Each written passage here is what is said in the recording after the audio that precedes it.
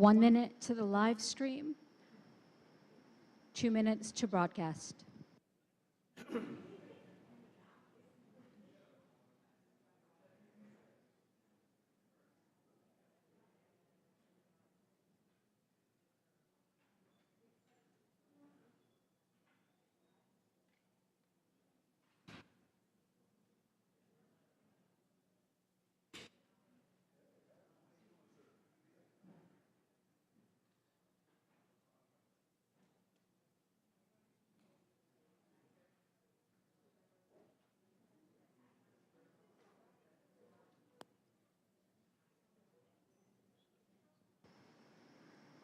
One minute to air. The live stream has started.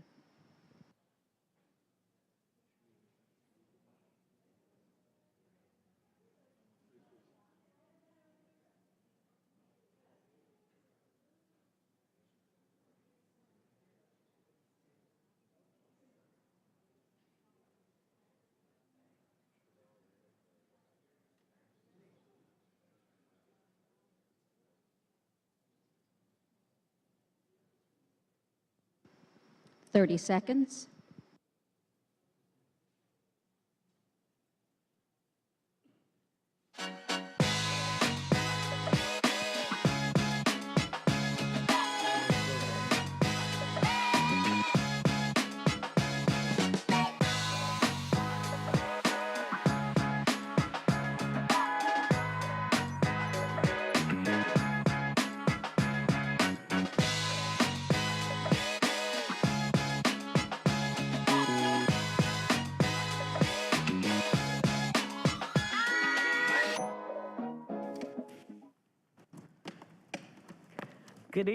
Good evening, Durham, North Carolina. We are back.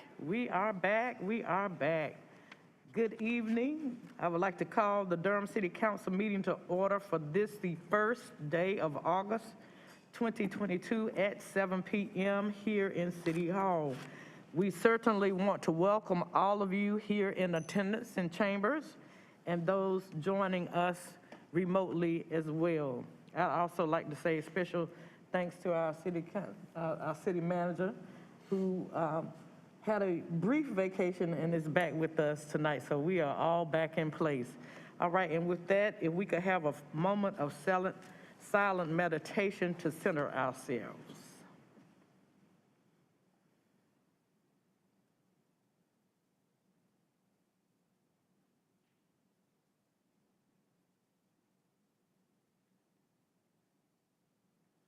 And thank you all. We now ask Councilwoman DeJarana Freeman if she will lead us in the Pledge of Allegiance. I absolutely would. If you would like to join us, and please stand. I pledge allegiance to the flag of the United States of America and to the republic for which it stands, one nation, under God, indivisible, with liberty and justice for all.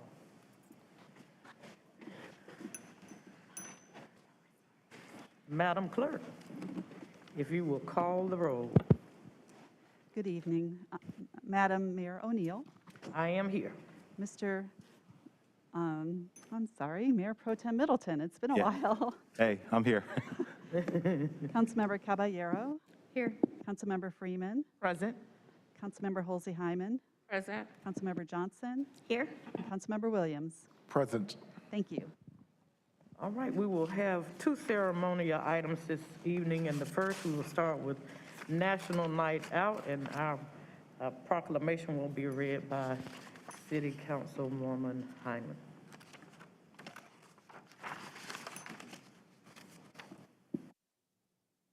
Recording in progress. Good evening. Proclamation. Whereas National Night Out, NNO, in Durham will take place on Tuesday, August 2nd, 2022, and whereas the City of Durham will observe the 39th Annual National Night Out, joining forces with thousands of other communities across the county in promoting cooperative and police community crime prevention efforts, and whereas Durham residents are committed to promoting and achieving National Night Out's public safety ideals, as more than 50 neighborhoods and community groups have registered with the Durham Police Department this year to observe National Night Out. And whereas National Night Out is sponsored annually by the National Association of Town Watch, spearheaded locally by the City of Durham Police Department, and formally championed this year by the City of Durham Fire Department, Neighborhood Improvement Services, and Durham County Sheriff's Office and Durham Housing Authority. And whereas National Night Out is supported by the active participation and in-kind services of Durham residents, City of Durham departments and community agencies and businesses who have committed to the city's mission to provide an excellent, equitable, and sustainable quality of life. And whereas it is essential that all neighborhoods of the City of Durham come together with police and work together to build a safer and more caring community. Now, therefore, I, Elaine M. O'Neill, Mayor of the City of Durham, North Carolina, do hereby proclaim August 2nd, 2022 as National Night Out in Durham and call upon all residents of the City of Durham to join and support the Durham Police Department. Witnessed by my hand and corporate seal of the City of Durham this first day of August 2022, Elaine M. O'Neill, Mayor.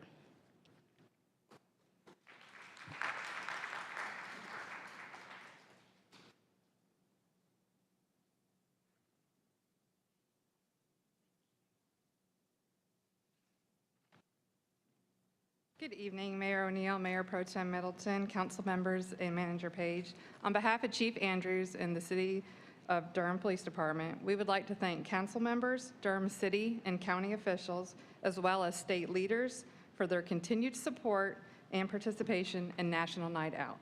Over 50 neighborhoods within our great city have registered with the Durham Police Department to observe National Night Out against crime this year.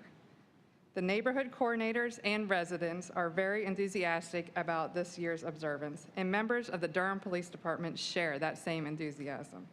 It is so encouraging that for nearly 2 decades, residents and neighborhoods have been committed to this police community outreach program.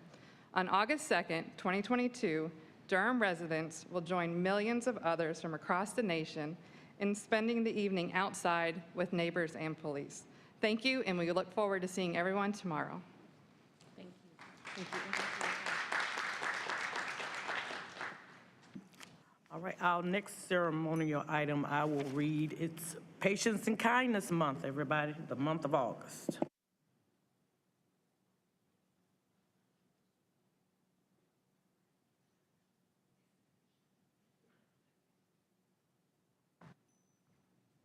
Chief Deputy, Chief Keith Chadwell, if you would come forward, please.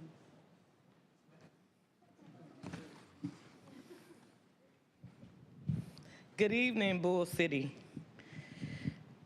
Well, as you know, last month, actually in the month of June and July, I had a proclamation written by a young lady here tonight, helped to draft by a young lady here tonight who you'll meet later, Ms. Danielle Nolan, and we started a process of just pointing out virtues that I think we all can benefit from. I know I can. And the first month was kindness for June and July. So this month is Patience Month. And so I'm going to read the proclamation and then tell you why I'm asking this gentleman to come forth tonight to receive this proclamation.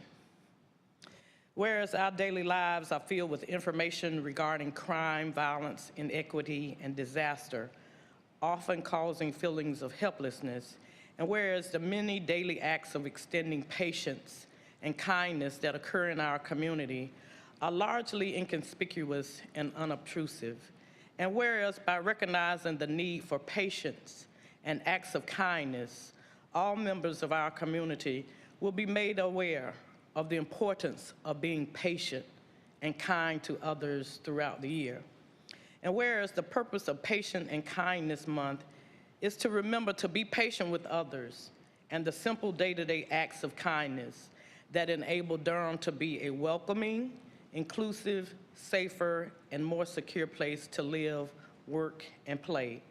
And whereas the City of Durham honors those, no matter how young or old, who make a positive difference in our community and our world.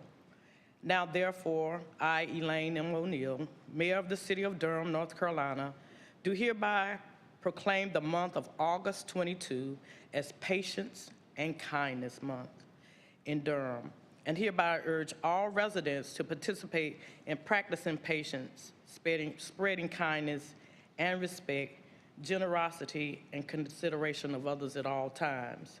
Witness my hand and the corporate seal of the City of Durham, this the first day of August 2022.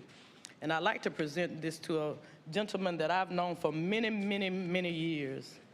It goes back to the early to mid-90s, 1990s, when I first came on the bench and I was asked by then Chief of Police Jackie McNeil to join an organization as a board member called CALEA.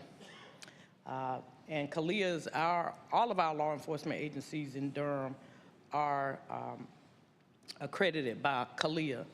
There was also a gentleman who was on that same board, and that was Mr. Keith Chadwell. And I am afraid of heights, sort of, kind of. And I remember one time in particular when I was afraid of an escalator, and I barely knew Keith. And I said, can I hold on to your arm and go down the escalator, or was it up the escalator, one or the other? And he said, sure. Sure you can. And he grabbed me, and we went on up the stairs. But Keith is just that type of man that is always kind. I've never really seen Keith in all of the years that I have known him, and we have worked together on many of things, be anything other than kind, and always patient, especially when I'm calling to ask him to do something like yesterday. So to you, my friend, most people don't know that, but yeah, I do have some friends who go way beyond their official roles. We know how to keep those lines straight, but he is a patient and kind man. Okay, thank you very much. Thank you.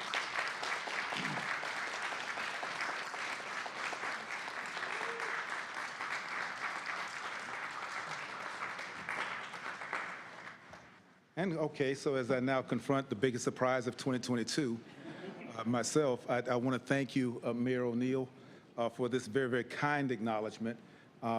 Obviously, I'm in great support of these values as a part of the important work that I do and that we do together, and certainly want to acknowledge the opportunity that such a value can play a large role in conquering all the myriad challenges we have before us, and that we do it collegiately, respectfully, and with the kindness that we thought. Thank you so very much. Happy to receive it. Thank you. Thank you.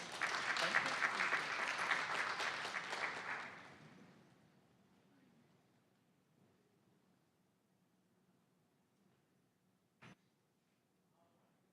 Okay, everybody, we will start with our announcements by council. I'll go last, I believe, and we'll start on this end. Thank you, Madam Mayor. I just wanted to extend a great debt of gratitude to my colleagues and acknowledging I was unable to make it for the work session last week. And I just wanted to share that I was headed to Atlanta, Georgia for the summer conference or summer leadership conference for the National League of Cities, Racial Equity and Leadership Task Force, or committee now that I serve on, and the Transportation and Infrastructure Federal Advocacy Committee. And I just appreciate the chance to go and represent for the great state of North Carolina, and then also for our city, the best city to live, work, and play in.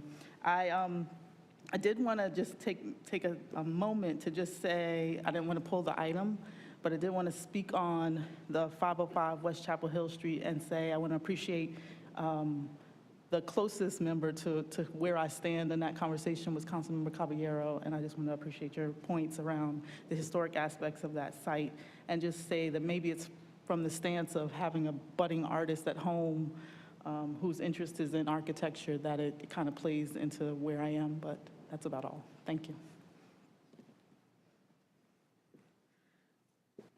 Thank you. Good evening. Buenas tardes. I'm just happy Monday and good to see you all. And I have no announcements. Looking forward to National Night Out tomorrow. Thank you, Madam Mayor. Good evening to you, and good evening, Madam Manager. Welcome back from vacation. Well, good evening to everyone in the chamber and residents and citizens watching at home. Madam Mayor, this evening I just want to very briefly congratulate our police department and the administration for unveiling the ShotSpotter map. There's been a great deal of anticipation and a lot of heat around this conversation, but I'm grateful now that we have gotten to a point where we can actually do science and have more light than heat. For residents and citizens that are unaware or who may not have caught it on the media, you can go to www.durhamnc.gov/4827/ShotSpotter or just durhamnc.gov and navigate to ShotSpotter to get information on important dates, what the program is. I anticipate this will probably be the most transparent and information-laden pilot we've ever probably done in the history of the city. I'm excited, Madam Mayor, because a lot of things are going on that sometimes go unheralded and sometimes go unnoticed.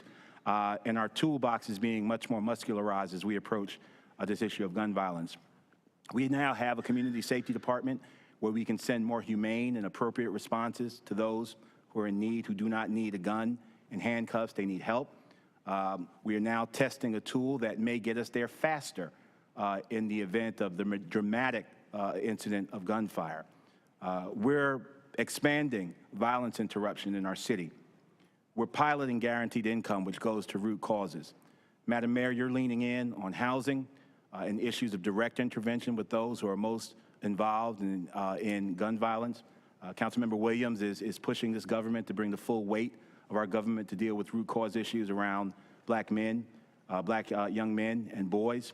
There are a lot of pistons that are finally firing at the same time in the city. But on tonight, I want to particularly show gratitude to the Durham Police Department that's got a lot on their hands already, but who are leading the charge, and also to remind residents and citizens that in accordance with the commitment we made, the sensors are not hot yet, and I know there's been some reporting. The sensors are not up yet. They're not hot yet, and they will not be without the meetings and community engagement that we talked about that would occur before they would go live. So thank you to the staff. Thank you to the administration, Madam Manager, for your leadership in all of these issues and this most important issue of gun violence in our community. And welcome back, everybody. It's great to be back to work. Thank you, Madam Mayor. Thank you for your leadership on that, Mayor Pro Tem. We'll turn to my left now and see if there are any announcements on. Thank you, Madam Mayor. Colleagues, it brings me great pleasure. This is the fun part of the job. Well, this is not really a job when it comes to these components, but as you've heard me state, looking at it through the lens of the media, we have a problem with black men and boys in this city, and we do have a problem.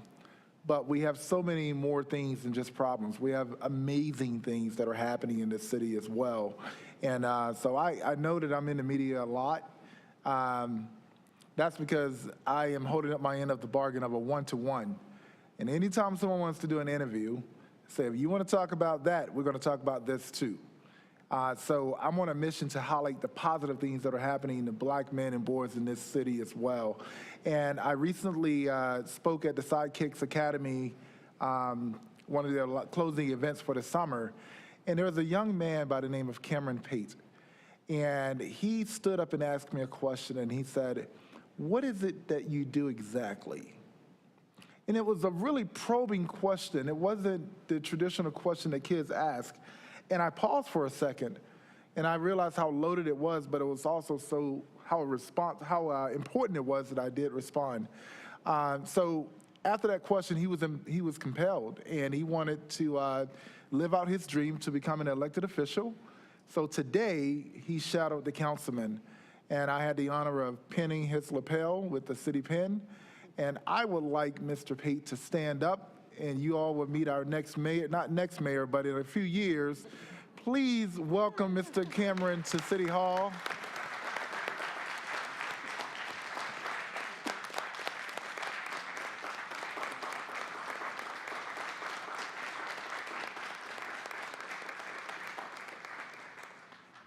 Cameron, I've enjoyed spending time with you today. Thank you for all the questions that you asked me and interviewed me in my office, and we toured City Hall. And if anybody want to know what the future of the Bull City looks like, you're looking at it. Thank you.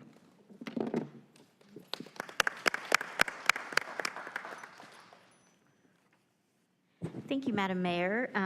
Great to be back. Good to see everyone. I'll just take a moment to recognize that as August 1st, this is the first day of Black August, a month-long celebration of Black liberation and freedom, and hope everyone will take a moment to learn a little bit more about the tradition of Black August and some great moments in Black history that we will be honoring this month. Also want to remind my colleagues that this Thursday, I have an excused absence for our work session. I will be at the Local Progress Conference in Denver with Councilmember Caballero, actually. No, you're not gonna? You're going later. I got a board meeting. You don't have a board meeting. Gotcha. I will not be at the work session. You want to come? Come along and come in my luggage. Thank you, everyone. Looking forward to the meeting. Good evening, Madam Mayor and colleagues. It is also a pleasure to be back. I just want to say that I'm looking forward to my first National Night Out. I have 14 things on my list. I don't know if I'm going to do all of them, but I'm going to make it happen. And I'm excited. And Cameron, can I just say, when you become mayor later, can you just make sure Dr. Hyman has a job? Can you do that? Okay, I appreciate it. Okay, thank you. Thank you all. We are always glad to see some of our young people in the audience, so that's always a plus to know that there are others who are interested in helping to make our communities safer and more livable. So thanks, young man, for starting off early. Thanks to you, mom and family, for raising the child that you're raising. We appreciate that. I have a couple of announcements. First of all, I'd like to introduce my intern, who helps to write a lot of these proclamations and doing a whole lot of stuff, but she's also very shy. Danielle Nolan is a Durham resident that I've known practically all her life, and she is now helping in the mayor's office, and just wanted you all to see her. She works full-time for Duke University in fundraising, so very smart young lady. And Danielle, I think you can go home now and be okay. Can you pull down your mask a little bit, let them see you? Let them see you a little bit, Danielle. There she is. Danielle is really shy. I also want to mention to you all that I talked with Rod Jenkins this morning, who is our public health director, about two issues, and you probably know what they are.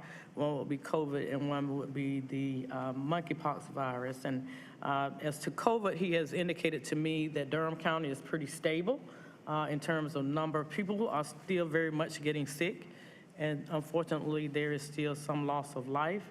But however, we are at a point where if we remain vigilant, that means staying masked up, as most of you all see we are, and we are only trying to take them off when we're talking, and we appreciate all of you in the audience who are doing likewise, to try and see if you can maintain your social distancing and all of those things. And he's indicated that we should be ready to ride whatever happens in the fall, that we are really looking really good at this point in time, and there's no need to change directions. We just need to keep doing what we're doing and staying vigilant.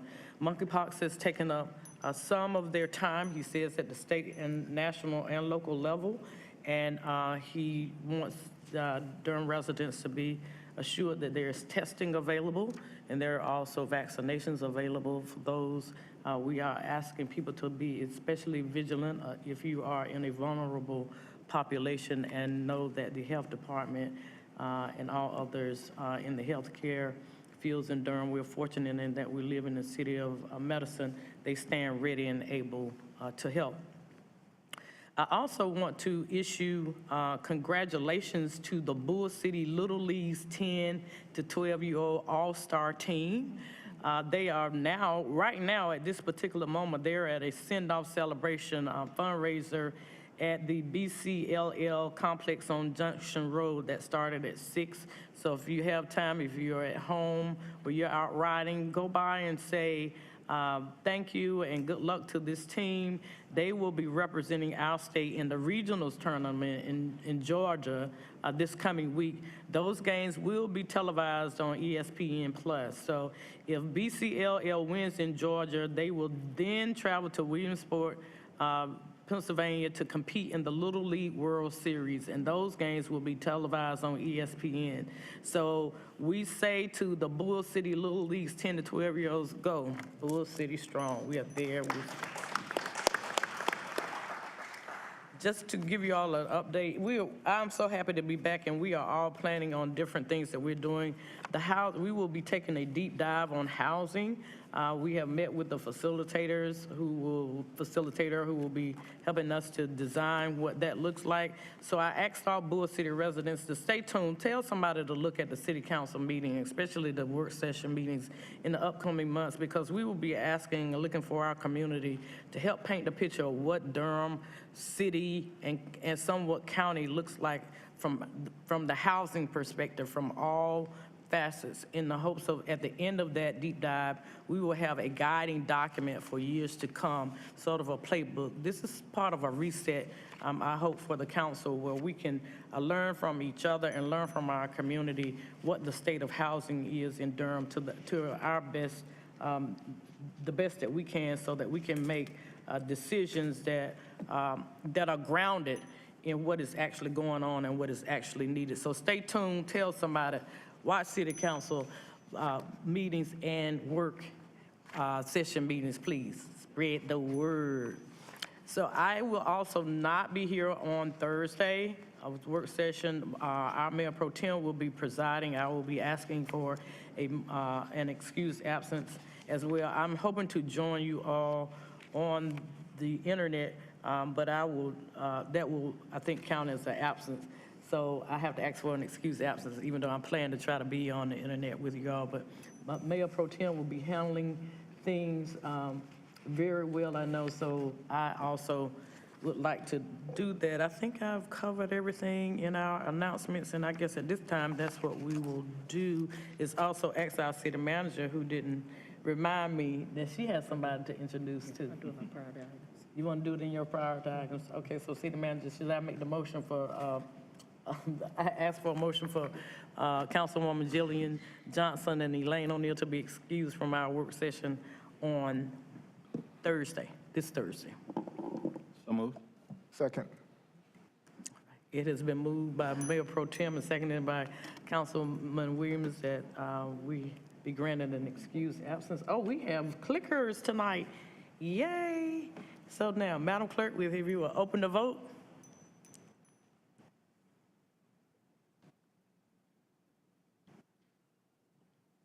And if you would close the vote. Yes, it is working. Yes, okay. Councilwoman Hyman gets to do the clicking thing for the first time, so that motion passes. That motion passes unanimously. Thank you all. We're looking forward to the end of a great year. All right, so here we go. We're now looking for our priority items for our city manager page. Good evening, Madam Mayor, Mr. Mayor Pro Tem, and members of the Durham City Council.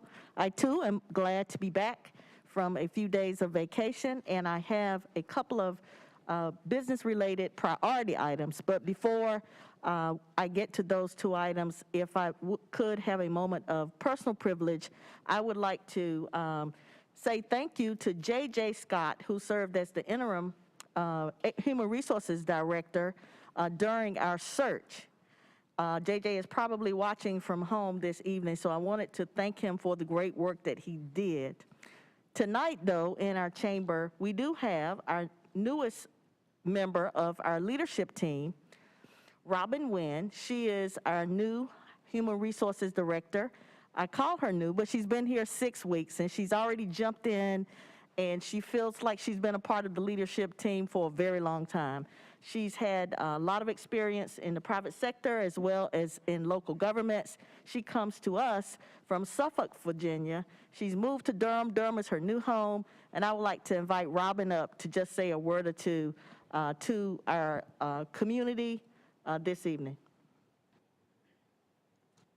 Make this my size. Here we go. Good evening, everyone. Mayor, Mayor Pro Tem, council persons, and City Manager Page. It is with such honor that I stand here before you this evening and to thank City Manager Page for the opportunity to serve as a Human Resources Director for this great city. I sincerely appreciate the warm reception that I've received from everyone I've encountered since joining the city. I'm equally thrilled to lead our HR team through a time such as this, as we continue to align further our focus on the strategic needs of a changing workforce. This is better without this. The HR team and I are committed to effectively collaborate across the organization, delivering excellent service, and identifying creative and innovative ways to attract talent and to keep our existing workforce engaged and motivated. I look so forward to partnering with council, the executive and leadership teams, and all of our great employees as we continue to make the city of Durham a great place to live, work, play, and certainly thrive. Thank you.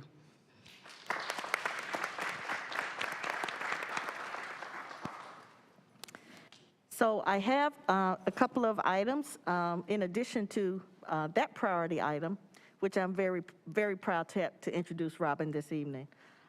Agenda item number 18, 2023, council meeting schedule. Pursuant to council's request, attachments number 2 and number 3 were revised to move the Thursday, December the 21st, 2023 work session to Tuesday, December 19th, 2023.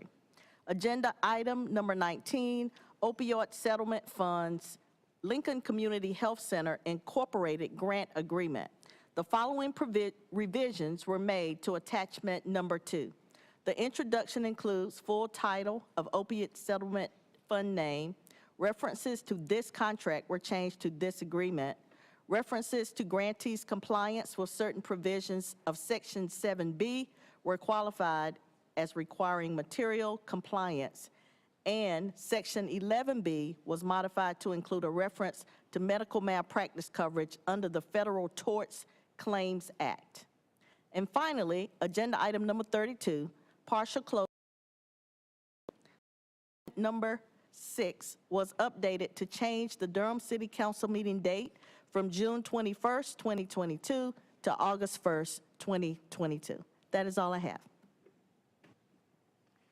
Thank you, City Manager Page. I now will recognize our City Attorney, Rayberg, for any priority items she may have.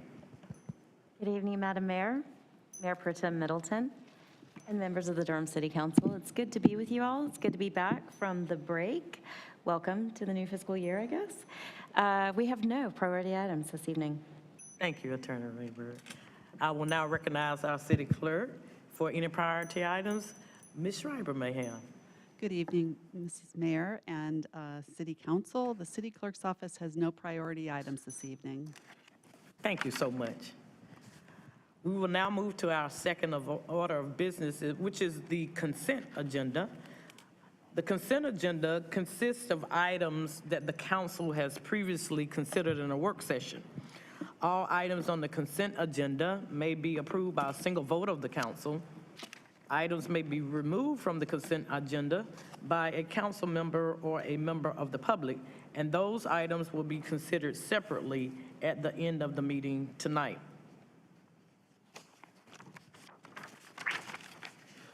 Number 1 on our consent agenda is approval of City Council minutes.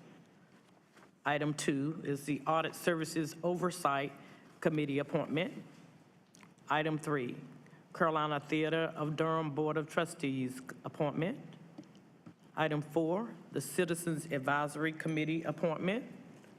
Item 5 is the Durham City County Environmental Affairs Board appointment. 6, Durham Convention Center Authority mayoral appointment. Number 7, the Durham Open Space and Trails Commission appointment. Number 8, the Durham Open Space and Trails Commission mayoral appointment. 9, the Durham Performing Arts Center Oversight Committee appointment. Item 10, the Durham Workers' Rights Commission appointment. Item 11, the Participatory Budgeting Steering Committee appointments. Item 12, the Racial Equity Commission appointment. Item 13, the Recreation Advisory Commission appointments. Item 14, the bid report, May and June 2022. Item 15, 911 Staffing Performance Audit, June 2022. Item 16, the selection of the external auditor. Item 17 is the ordinance to amend various sections of the Durham City Code to ensure compliance with North Carolina General Statute, Section 160A-175. Item 18, the 2022 City Council meeting schedule. Item 19, opioid settlement funds, OSF, Lincoln Community Health Center Incorporated grant agreement. Item 20, which is going to be pulled, is the U.S. Department of Transportation Federal Aviation Administration Airport Improvement Program grant offer. And that was pulled by a member of the public. Item 21 is the approval of a multifamily housing facility to be known as 300 East Main in the city of Durham, North Carolina, with the financing thereof with multifamily housing revenue bonds. Item 22, contract with Volunteers of America of the Carolinas, Inc., VOAC, to provide services for homelessness, coordinated entry with diversion. Item 23, the tri-party agreement with the North Carolina Housing Finance Agency and the North Carolina Home Builders Association for the construction training partnership. Item 24, the construction contract to Crofton Diving Corporation for the Little River and Lake Mickey Reservoir safety improvements and miscellaneous rehabilitation items. Item 26, change order number 2 to the contract with Incline Construction Incorporated for the Durham Convention Center repair project. Item 27, the construction services contract with White Oak Construction Corp. Of North Carolina for the Chapel Hill Road Transit Corridor Improvement Project. Item 28, the contract amendment number 2 for geotechnical engineering and materials testing services with A1 Consulting, Inc. for Fire and EMS Station 18. Number 29, modification of GMP amendment to the design build agreement with Monteith Construction Corporation for Fire and EMS Station 18. Item 30, the update on disposition and redevelopment of the property located at 505 West Chapel Hill Street. Item 37 is the City of Durham Youth Works Program, Durham Technical Community College contract fiscal year 2022 to 23. That ends the reading for the consent agenda, but I will be reading next the general business agenda public hearings. Item 31 is the Consolidated Annexation Carolina Civil Works. Item 32 is the partial closing of Henderson Street. Item 33 is a zoning map change, Durham County Utility Administration Building. You know we have several speakers here for that as well. Item 34 is a zoning map change, 5202 Garrett Road. Item 35 is a zoning map change, East Cornwallis Commercial. And we know that we have speakers here for a lot of our items in the public hearing section. But at this time, we will entertain a motion to approve the consent agenda with the exception of item number 20. Is that what you have? So moved. Second. Okay. All right, it's been moved by Councilwoman Hyman and seconded by Councilman Williams. Madam Clerk, if you will open the vote.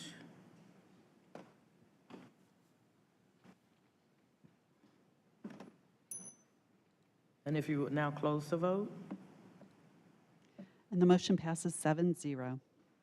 Thank you, Madam Clerk. The ayes have it, and the consent agenda is approved unanimously with one item being pulled, item number 20.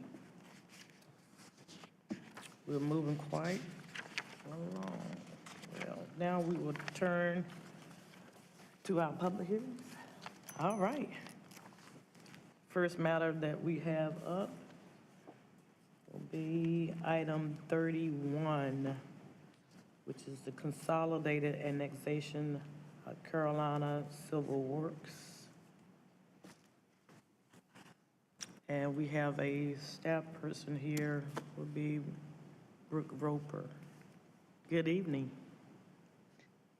Good evening, Mayor O'Neill, Mayor Pro Middleton, and honorable council members. I am Brooke Roper with the Planning Department, and I'm happy to be here with you all tonight. Before I begin, staff would like to state for the record that all Planning Department hearing items have been advertised and noticed in accordance with state and local law, and affidavits of all notices are on file in the Planning Department. A request for a utility extension agreement, voluntary annexation, and initial zoning map change has been received from Chad Green of Green Investment Group, LLC, for one parcel of land totaling 7.86 acres and located at 3511 US Highway 70 East.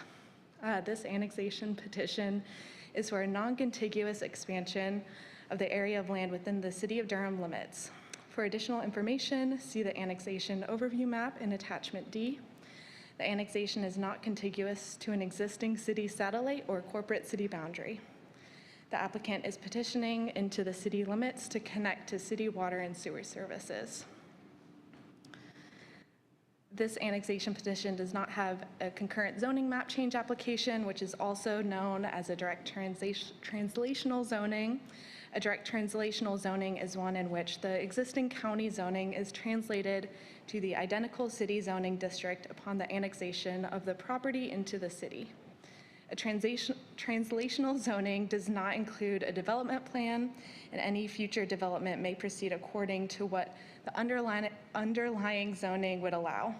While the current use of the property is an industrial manufacturing facility, future development under the underlying zoning of industrial light allows for additional uses under the industrial light designation.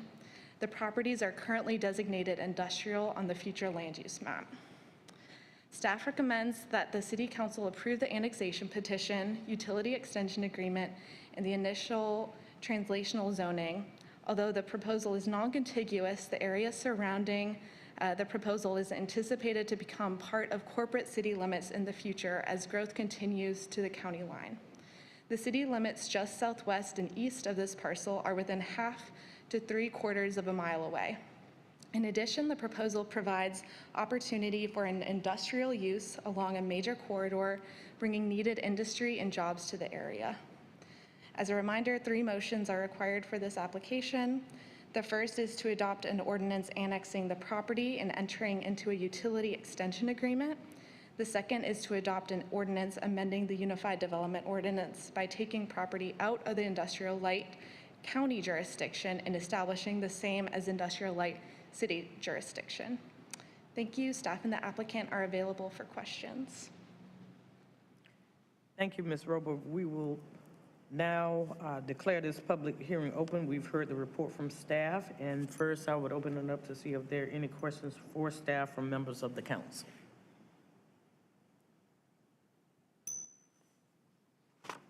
Seeing none. I do not believe that we have any speakers for this matter. I'll just double check.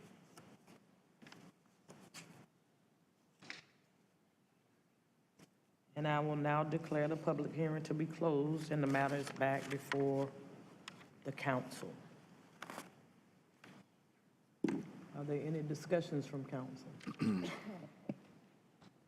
Mayor Pro Tem. Thank you, Madam Mayor. I'll just weigh in and say I didn't find this particularly controversial. That area out there, I think, is want for activation along that 70 corridor.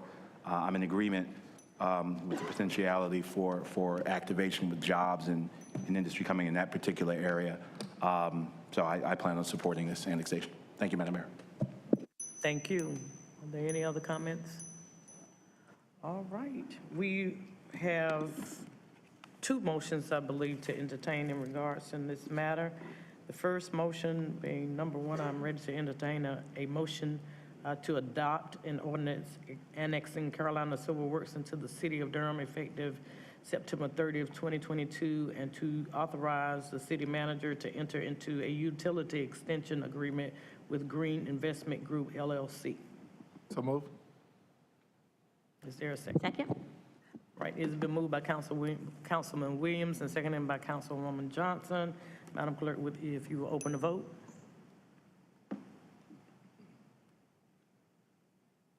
Ma'am, if you will close the vote, please.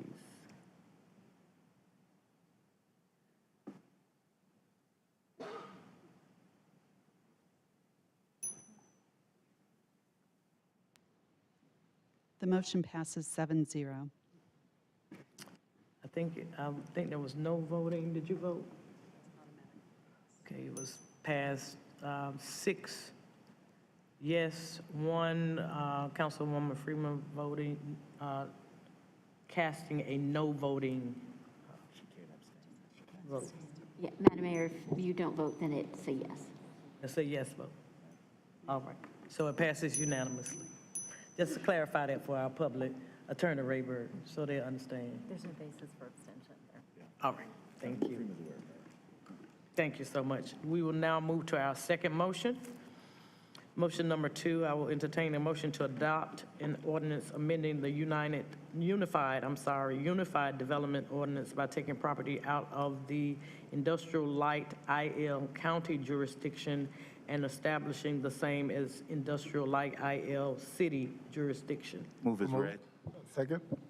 Been moved by Mayor Pro Tem and seconded by Councilman Williams. Now, Madam Clerk, if you will open the vote. And if you will close the vote. The motion passes 7-0. All right, the ayes have it. That motion passes unanimously. Thank you so much. We will now move to our next public hearing, which is item number 32. It's the partial closing of Henderson Street. I do believe that we have at least a speaker for that item, but first, we will hear our report from staff. Mr. Cole Reniger. Thank you. I'm Cole Reniger, representing the Planning Department. Good evening. The case SC 21-0002 references a request to permanently close 157.05 linear foot portion of Henderson Street that runs parallel to East Ramsora Street and into the North Carolina Railroad right-of-way to the north. As part of the street closure, the applicant seeks to combine all the remaining land with a parcel located at 8800 Henderson Street to create a new property totaling 0.5625 acres in size. Thank you, sir. You have now heard the report from staff. I will now declare this public hearing open. And first, if there are any questions for staff, for members of the council. Mayor Pro Tem. Good evening. Thank you so much for being with us. I read the memo, but just for the record, does the city, in the staff's assessment, does this street have any potential value for us whatsoever, be it commercial or residential? I mean, as of right now, it's undeveloped, so it's just open space. But the city has no, real estate did not offer any comments that it would affect the city in any way. Okay. Thank you much. I appreciate that. Thank you, Madam Mayor. Anyone else? Thank you, Mayor Pro Tem. Any other questions from council to staff? All right. We will now turn to our public speaker, Mr. Scott Harmon, I believe. Mr. Harmon, and you will have 3 minutes, please, and I believe he is a proponent. Sir. Good evening, Mayor Pro Tem, Manager Page, and my friends on the council. It's good to see you. I hope you had a great summer, and it's really nice to be back in here with you. So I appreciate your time tonight.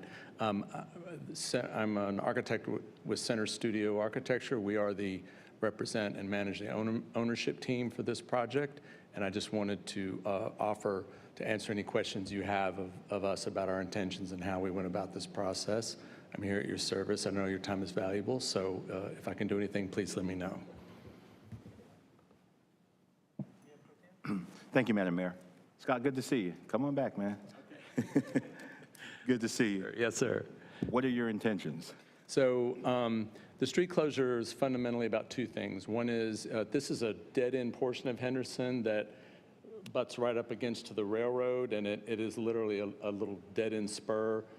So it's been abandoned. It's actually been abandoned and gated by razor wire for many years now. So we want to make it better, number one, and include it as part of our commercial and restaurant renovation of a historic warehouse on that block.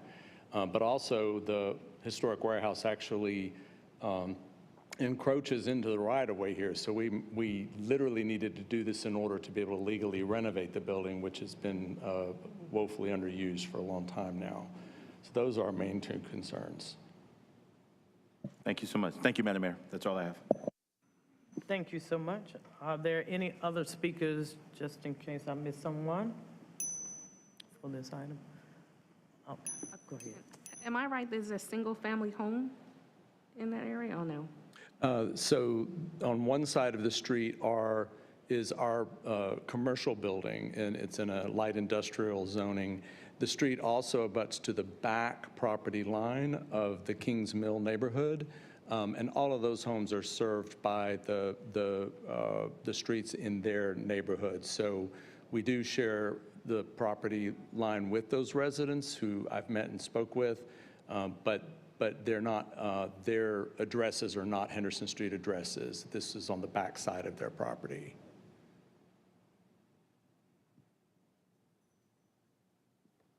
Any other questions for Mr. Harmon? Councilwoman Freeman. Thank you, Madam Mayor. Just following up, when you say you spoke to the residents, can you elaborate a little bit more? Yes, ma'am. The street closure process does not require a neighborhood meeting the way that many of the planning processes do, but we conducted one anyway because we thought it was the right thing to do. So we voluntarily sent notices and letters out to every property owner within 600 feet of the property, introducing ourselves and the project, letting them know what we were doing, made sure they had our contact information to reach out to us. We conducted a neighborhood meeting, again, to the standards that would be normally used for rezoning. I was directly contacted by 3 different neighbors in the Kingston Mill neighborhood, and we spoke on the phone. I met with them in person, answered their questions to make sure they understood what we were doing and what was at stake. There was a confusion on the date of the hearing. We were originally scheduled for your previous council meeting before your break. That had to be changed. We contacted everyone to make sure that they knew that that had been changed. We didn't know that the notices from the city would get out to them in time. And I contacted them this past week to make sure that they were reminded about the hearing tonight and if there were anything else I could answer for them, and to invite them to certainly come if they wanted to speak on the issue. I want to appreciate your efforts and trying to make sure that the folks in the neighborhood actually live like less than a half a mile, and I appreciate the outreach that you've done for my neighbors in that area, and I'm glad that they are on board. Thank you. Thank you.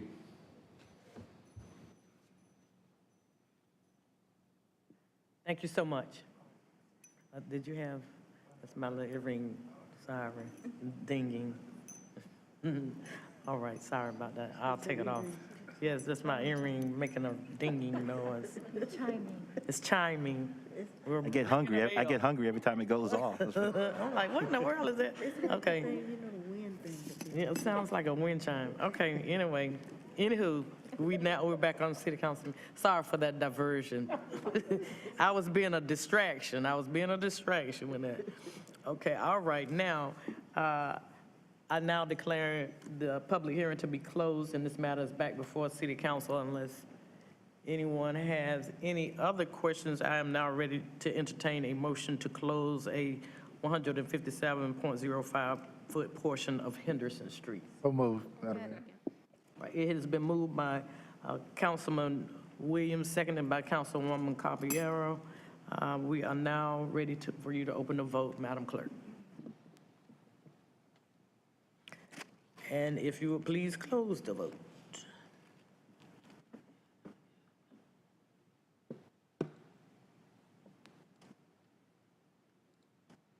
And the motion passes 7-0. The ayes have it, and that motion has now passed, and we will now move to item number 33, a zoning map change, Durham County Utility Administration Building, and we will conduct the public hearing. At this time, we will hear from staff, Ms. Brooke Roper, and we have a number of speakers for this item as well. We'll hear from Ms. Roper first. Ms. Roper, you have the floor again. Good evening. This is Rick Roper again with the Planning Department. Brenda Hayes Bright of the Durham County Project Management Division proposes to change the zoning designation of one parcel of land totaling 40.37 acres and located at 6001 NC Highway 55 in South Durham. The current zoning is commercial general with a development plan, office institutional with a development plan, and residential suburban multifamily with a development plan. The applicant proposes to change this designation to industrial light.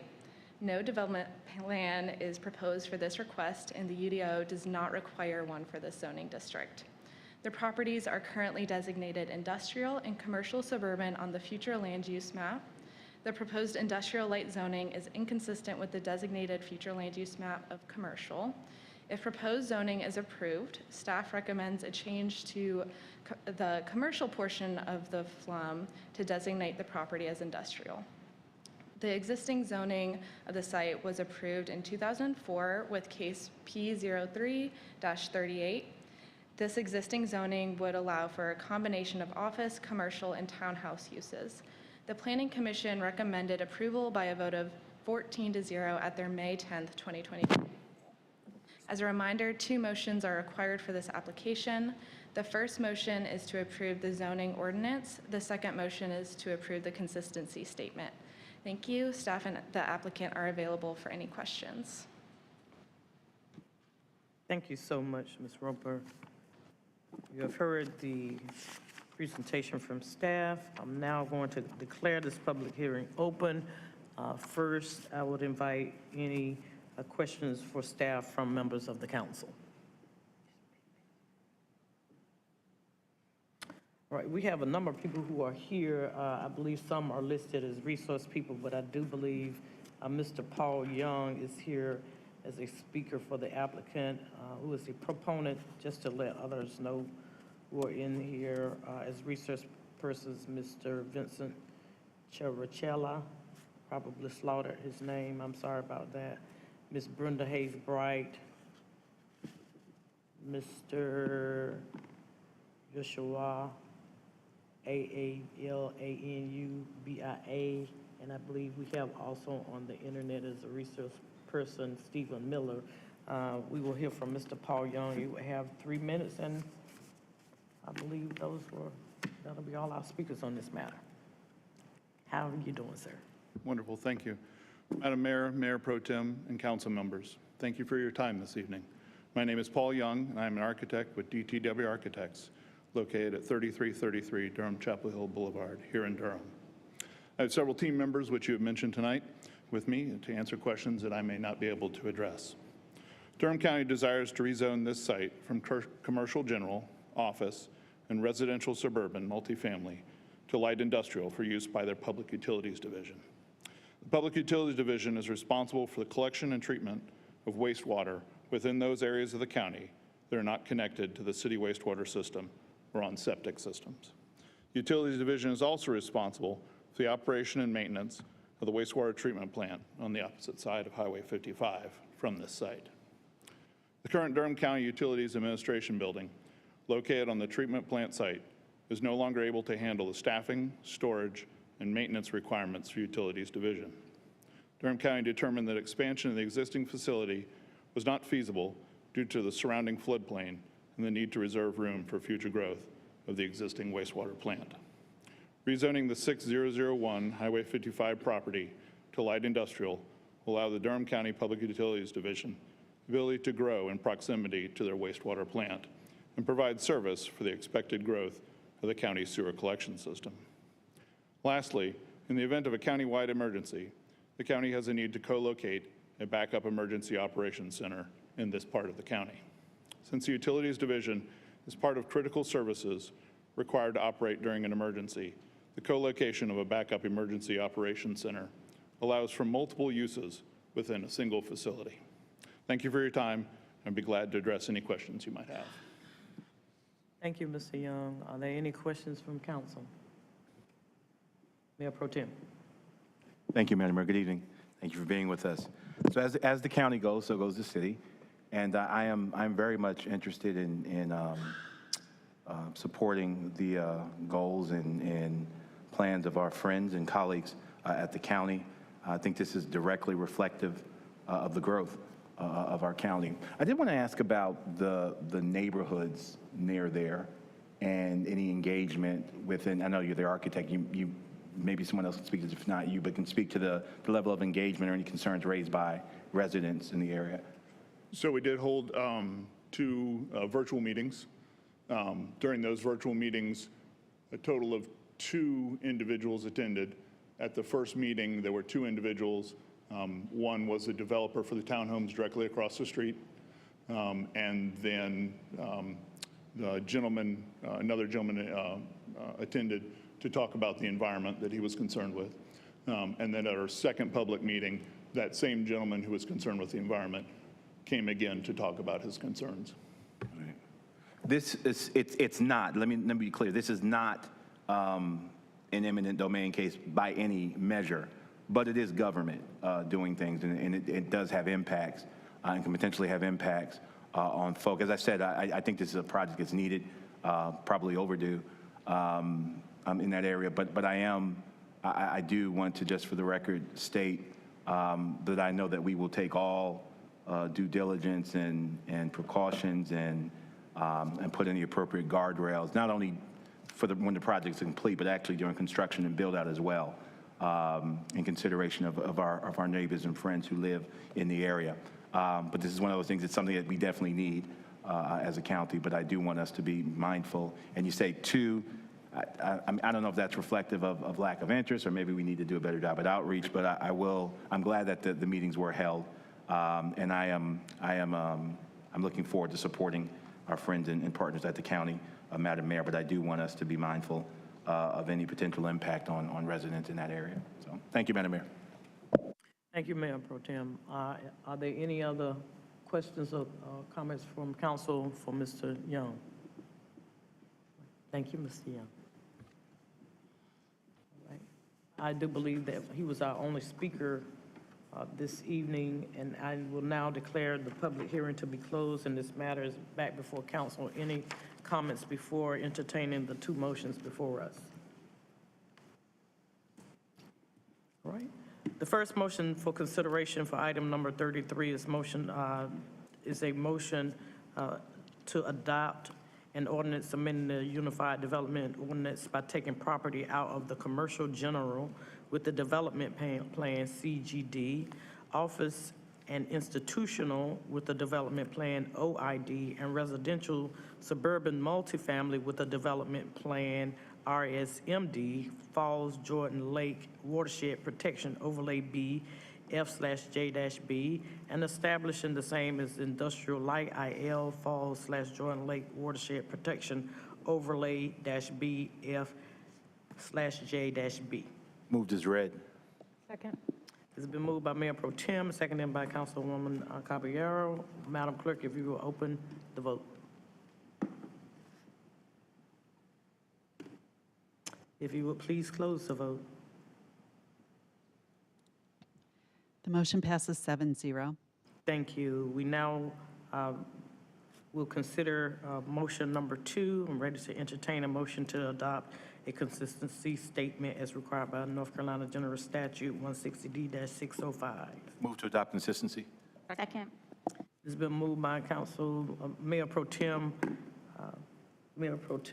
and seconded by Councilwoman Caballero and Councilman Johnson, but I heard out of my right ear a little louder, so I'll go with Councilwoman Caballero. Would you please open the vote, Madam Clerk? And if you would please close the vote. The second motion passes 7-0. Thank you so much. Yeah, we are moving quite well this evening with the people's business, and we now turn to item number 34, which is also a zoning map change, 5202 Garrett Road. I believe we have at least one speaker on that item. And this is 34. Let's make sure. And we will hear first, though, from Ms. Roper again. Hi, Ms. Roper, you have the floor. Good evening again. This is Brooke Roper with the Planning Department. Jeremy Anderson of... I'm so sorry. Could you speak into the mic a little bit? Of course, sorry about that. Thank you. This is Brooke Roper again with the Planning Department. Happy to be here with you all tonight. Jeremy Anderson of Coulter, Jewell, and Thames, PA, proposes to change the zoning designation of one parcel of land located at 5202 Garrett Road, totaling 1.098 acres. The current zoning is residential suburban 20. The applicant proposes to change this designation to residential suburban multifamily with a text-only development plan limiting to site a maximum of 8 townhouse units. The property is currently designated low-medium density residential on the future land use map. The proposed zoning is consistent with this designation. The Planning Commission recommended approval by a vote of 10-0 at their April 12, 2022 meeting. As a reminder, 2 motions are required for this application. This first motion is to approve the zoning ordinance. The second motion is to approve the consistency statement. Thank you, and staff and the applicant are available for any questions. Thank you, Ms. Roper. You've now heard the report from staff, and I'm going to declare this public hearing open. First, are there any questions for staff from members of the council? All right. I do believe that we have one speaker in chambers with us. That's Mr. Jeremy Anderson. Mr. Anderson, you will have 3 minutes, sir. Good evening. Good evening. Thank you very much. Good evening, Mayor O'Neill, Pro Tem Middleton, and council members. My name is Jeremy Anderson. I'm a land planner with CJT here in Durham. I am the applicant, but I'm here on behalf of the owner and developer of this 1-acre parcel, Francis Enya Akwesi. Hope I get that right. He is the owner and developer looking to develop, again, up to 8 townhomes on this parcel. Brooke outlined that it's about 1 acre. There is some floodplain on the back of the parcel that will be protected per city requirements. Just one item I think I'll cover, just something that kind of came to mind. There is floodplain, like I said, at the back of the site. There's also floodplain surrounding the property to the back and to the side on another adjacent parcel. So the likelihood of this, or the opportunity for this parcel, 1-acre parcel, to be attached and be more contiguous with a larger parcel and a larger development isn't feasible, just given the proximity. If you looked at maps in the staff report there, you can see the floodplain that kind of surrounds this parcel. So again, this is a text-only development plan. A maximum of 8 townhome units is what we're proposing, or what he is proposing. So I will make myself available for any questions. Thank you so much, Mr. Anderson. I will now turn to Councilwoman Freeman, who may have a question for you, sir. Thank you, Madam Mayor. And Jeremy Anderson? I just wanted to know if you knew if the actual townhomes would face the road or whether they face each other, if you have an idea of the...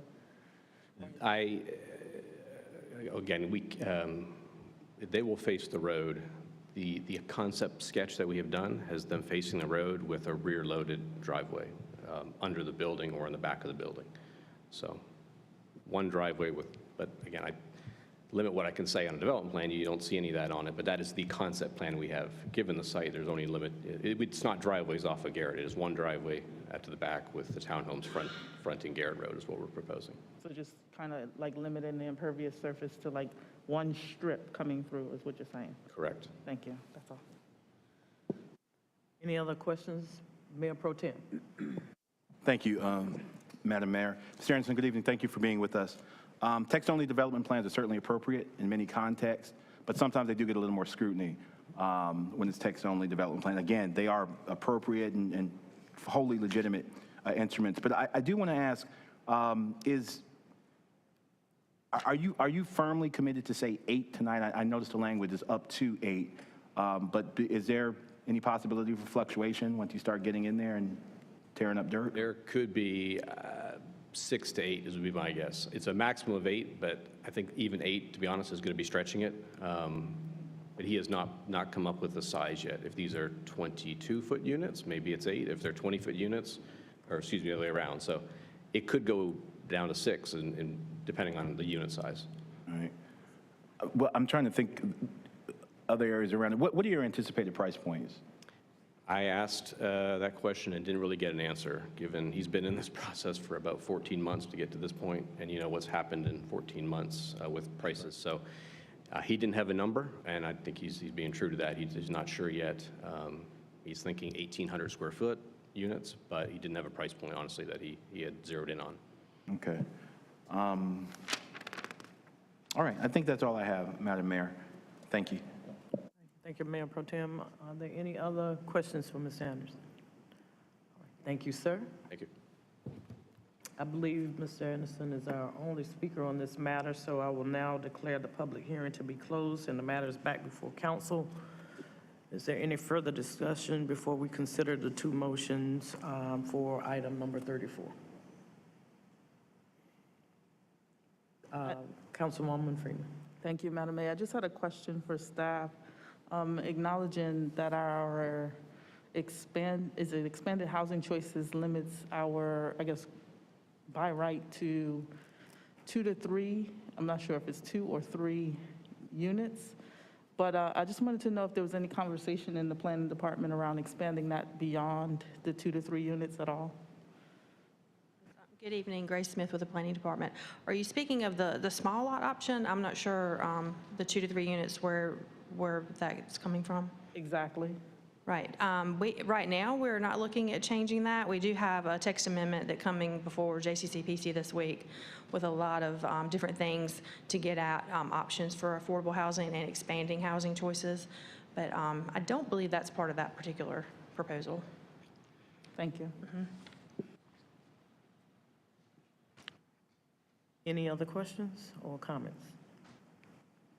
All right, we will now entertain a motion to, which is motion number 1, under 34 zoning map change 5202 Garrett Road, to adopt an ordinance amending the Unified Development Ordinance by taking property out of residential suburban -20 RS-20 and establishing the same as residential suburban multifamily with a text-only development plan RS-MD. Moved as read. Second. It's been moved by Mayor Pro Tem and seconded by Councilman Williams. Would you please open the vote, Madam Clerk?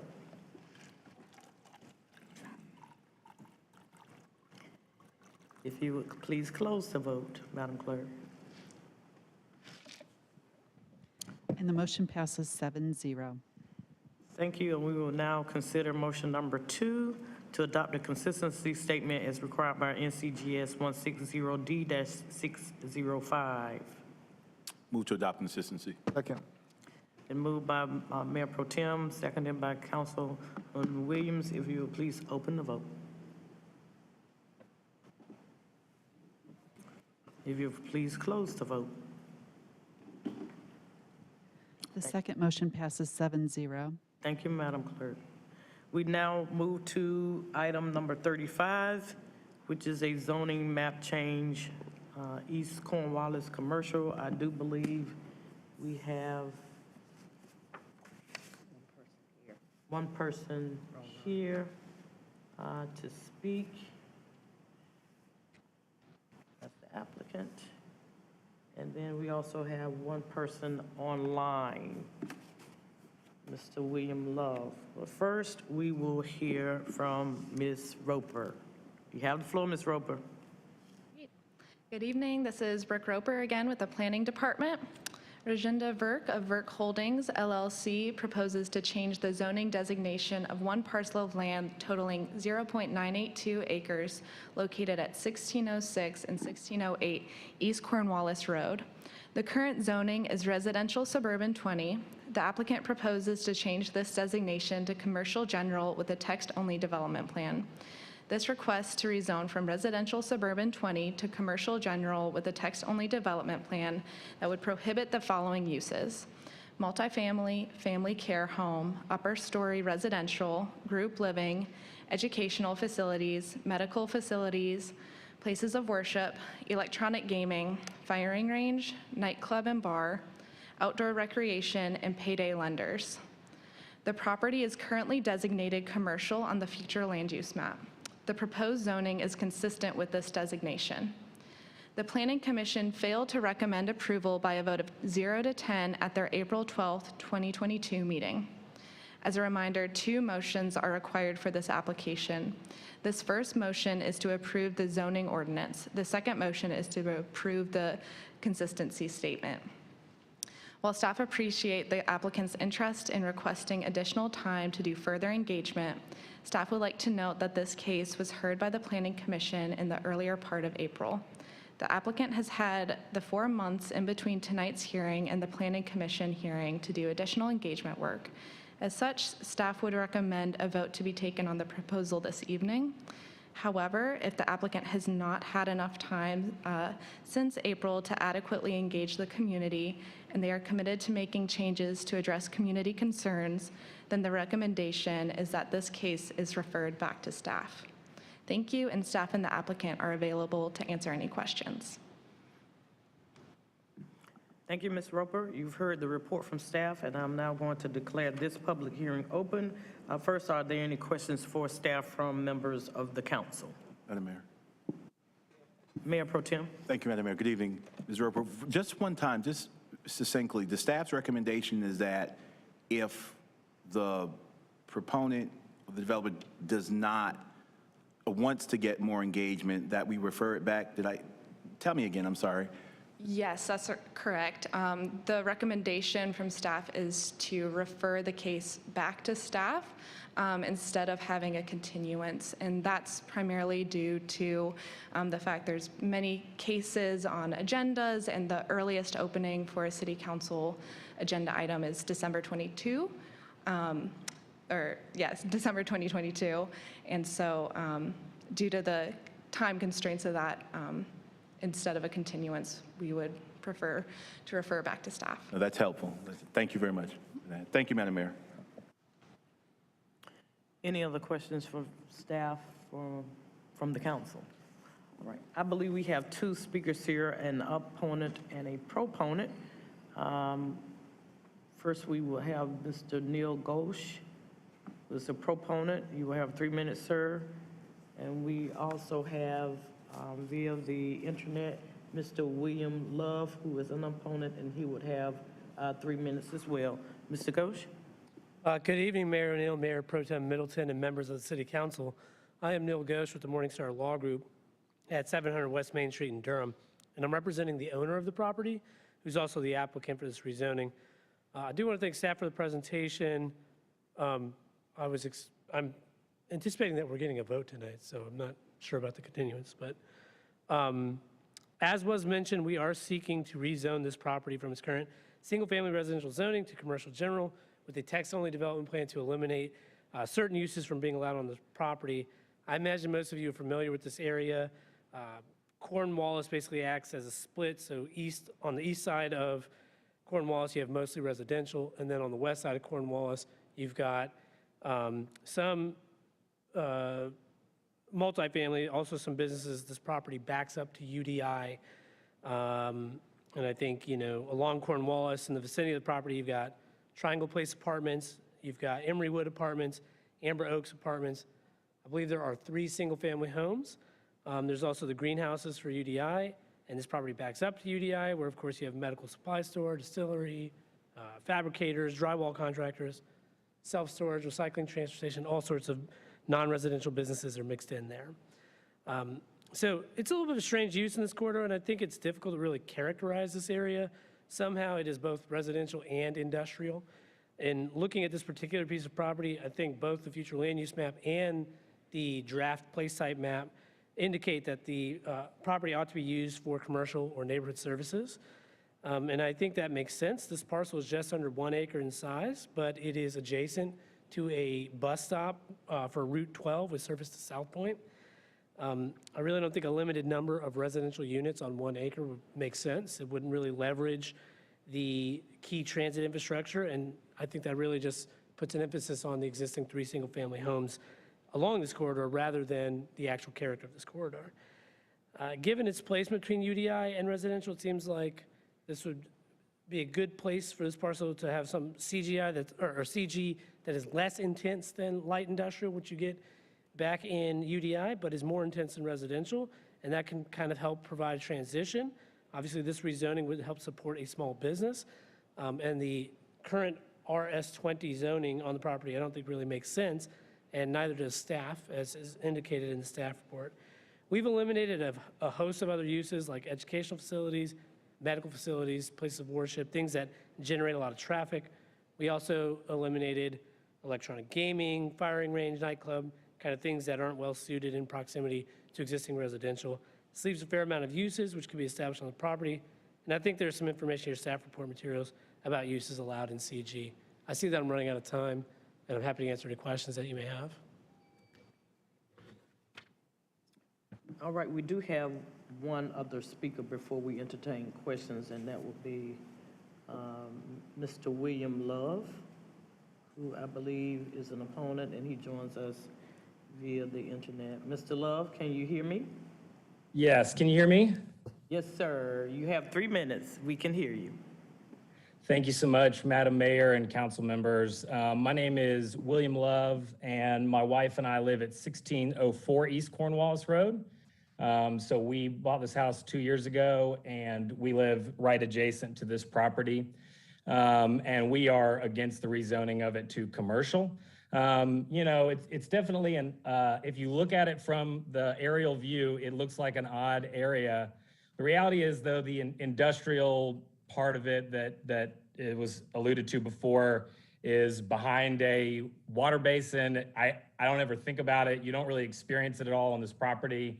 If you just drive down the street, it's houses and apartments, and then there's a neighborhood down there a little further. And so the idea of kind of in the middle of all of that, plopping a commercial, a small random commercial unit, to me does not make much sense when you drive down the street. I'll also just say on a personal level, our property both is adjacent to it and faces it. And so just, I would prefer not to live next to a general, like a commercial, you know, property, especially when it's in between me and a lot of other houses.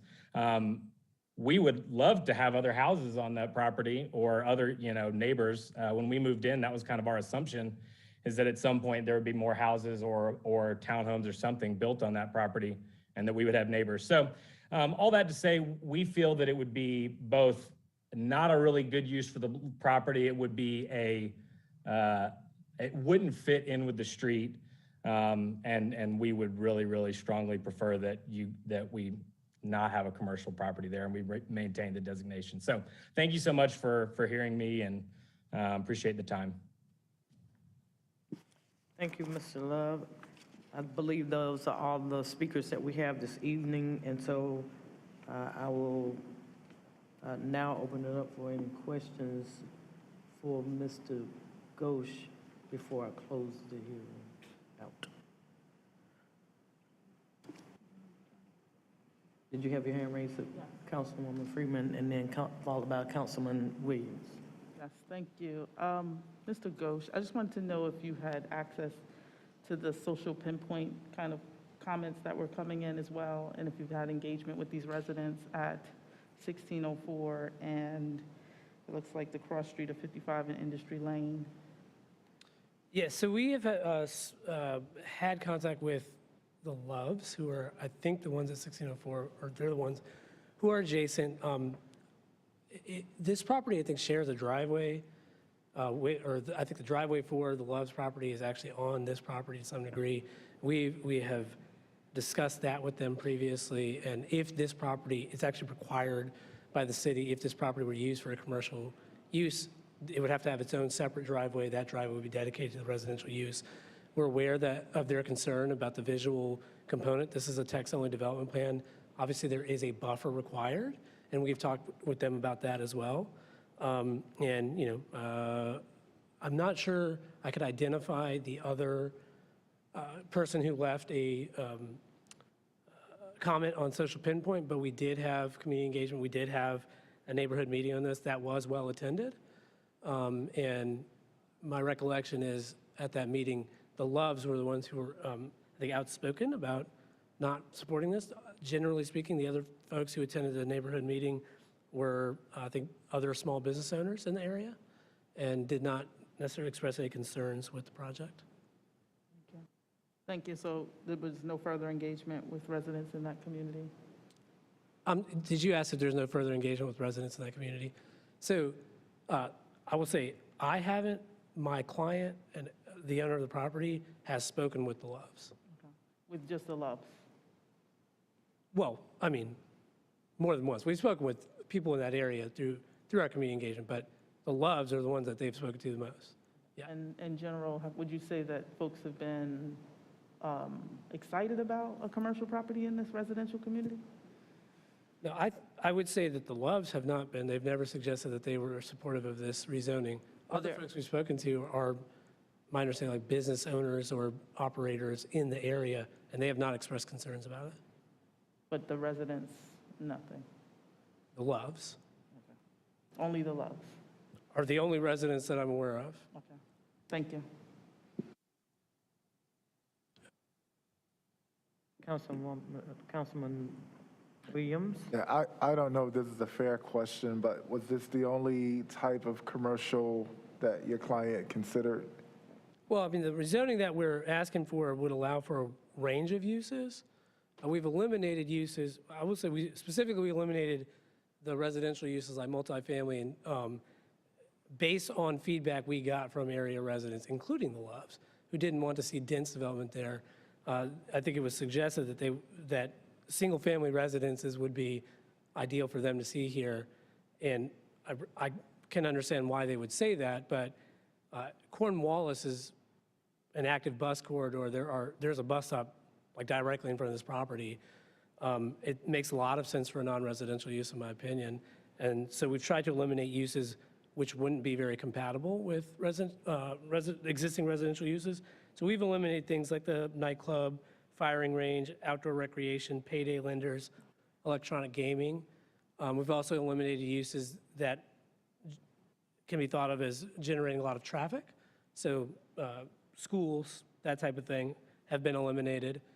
So, we're leaving the door open for a range of uses. I think that's appropriate here. Okay, because I know this area lacks commercial. So does the client know exactly what they're interested in putting there regarding commercial yard? Yeah, so, and I will say my client apologized for not being here today. He had intended to be here, but he has gotten COVID, and so he did not think it would be wise to come, and he's recovering. I would agree. Yeah, right. But he's a silent partner in 3 other repair establishments, and what he's trying to do is stay ahead of the electronic vehicle market and set this site up for electronic vehicle service. This would be the only location in this neighborhood that is set up for EV charging and EV repairs, and that's kind of what he is hoping to do here. Their group had registered on Google for study purposes the Cornwallis Auto Site as a soon-to-be business, and they're getting 30 hits in 6 months, something like that. This location, I think, would be an ideal spot for auto repair. I think there's about a service area around here with 3,000 residents. That's what they're estimating, and it's a busy road. And so folks going to work in RTP, this would be convenient to them. They could drop their vehicle off for service and continue on to work. There's a bus line, as I mentioned, and then come back on the bus line and pick their car up. It's actually an ideal location for that type of thing. But again, that's but one use that could be established here, and it's certainly what my client has in mind. Any other questions? Mayor Pro Tem? Thank you, Madam Mayor. Mr. Ghosh, good to see you. Thank you for being with us. So the plan is it would be electric from the beginning, to just service electric vehicles from the start, or would it be traditional combustible engines and transition, or both? I think that they're trying to stay ahead of the curve on EV, and I think that at the beginning there would be both EV and internal combustion engines. But as they're obviously we're seeing more EVs on the road, and so the idea is to set this business up to meet that demand. We start to see more EVs. So I want to say, I want to acknowledge that I'm sensitive to the fact that this is, our future land use map does have this designated as commercial. So I want to acknowledge that. I also want to acknowledge that this particular corridor there along Cornwallis, it's not a cloistered kind of,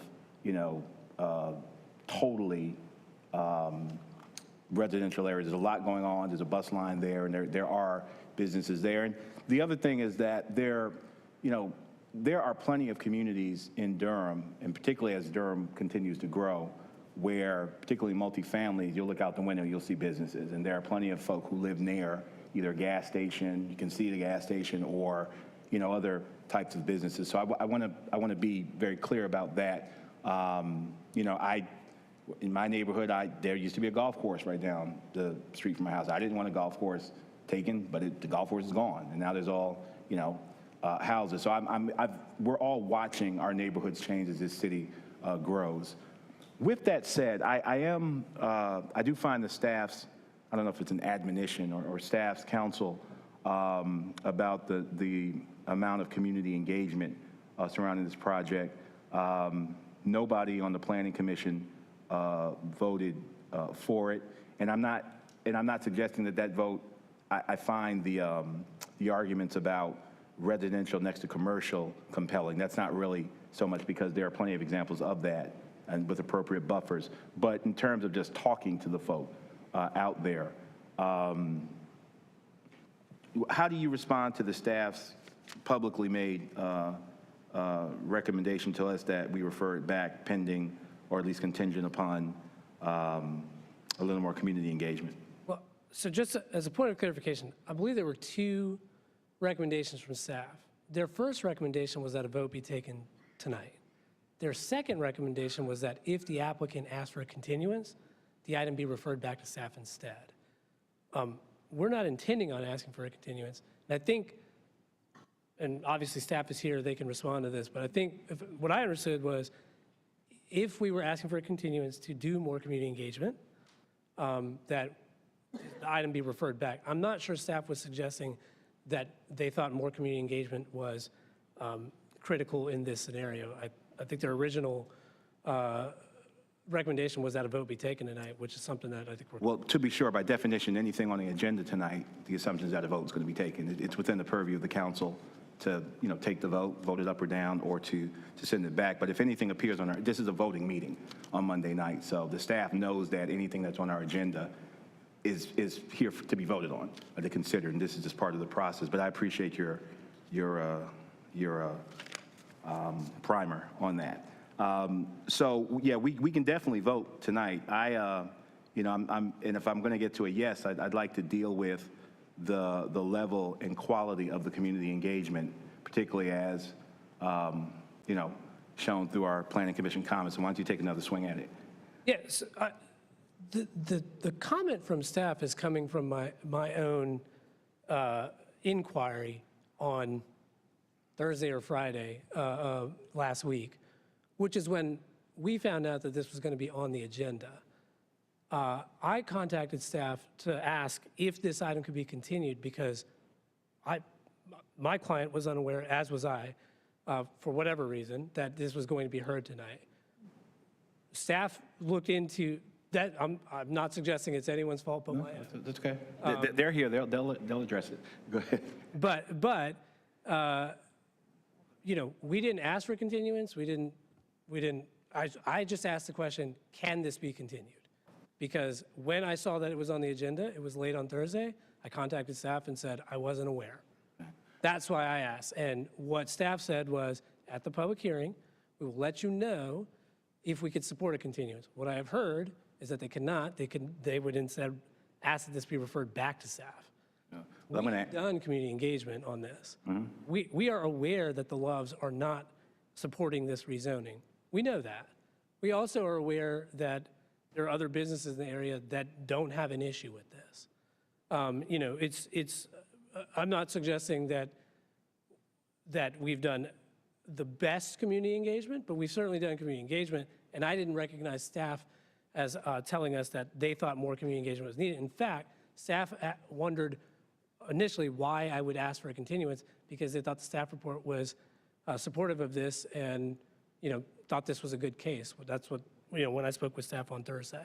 Got you. Thank you. And I'm sure Her Honor will allow staff to respond. Why did you ask for the continuance? What was animating? Why did you want to? Yeah, it was a number of things. So when I talked to staff, I hadn't talked to my client yet. So I didn't know what my client was going to say. Do we want to continue? Do we want to go on Monday night? Most clients would want something done yesterday. But I didn't know because, we just hadn't spoken about it before Thursday night.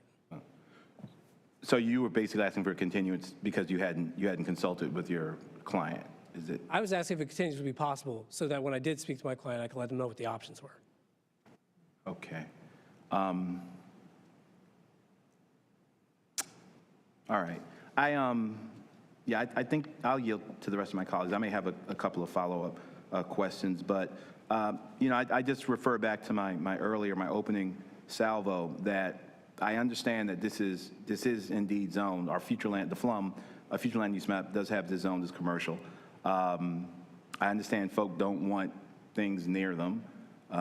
This is a growing city, but I am in this particular case somewhat given pause by the Planning Commission's comments. The fact that you did ask for a continuance, and it may not be a continuance. The staff went to recommends. I don't want to mischaracterize them. Referred back as opposed to a continuance. So I'll listen a little more. I think the case on its face, by the merits of it, I think actually would have gotten me under normal circumstances to a yes vote. But I do want to explore the continuance issue, and I do want to explore the community engagement issue a little further, and I may have some follow-up questions. With that, I'll yield back, Madam Mayor. Thank you. Oh, I'm sorry. With your permission, Madam Mayor. The staff. Grace Smith with the Planning Department. I just wanted to address your questions. Thank you. So from what I understood this morning when I consulted with the other staff members that have been in communication with Mr. Ghosh, that he did inquire about a continuance, but it may have been could have been maybe misconstrued that he wasn't asking for a continuance. Maybe he was just saying, can I get one? We have to prepare for that because if that happens at the meeting. So we discussed it internally, and if there was going to be a continuance, we would not recommend a continuance. We would recommend it be referred back for the reasons that Ms. Roper shared earlier. We just have no way of setting a particular date or continue it to a date certain tonight. We just don't have the ability to do that. As far as the public engagement, we understood that there may need to be more. Maybe they were interested in having more in this downtime. I'm not sure. Mr. Ghosh can speak to that. I don't want to put words in his mouth. But we do ask that it be referred back if it's not going to be acted on tonight and not continue to a date certain. So. All right.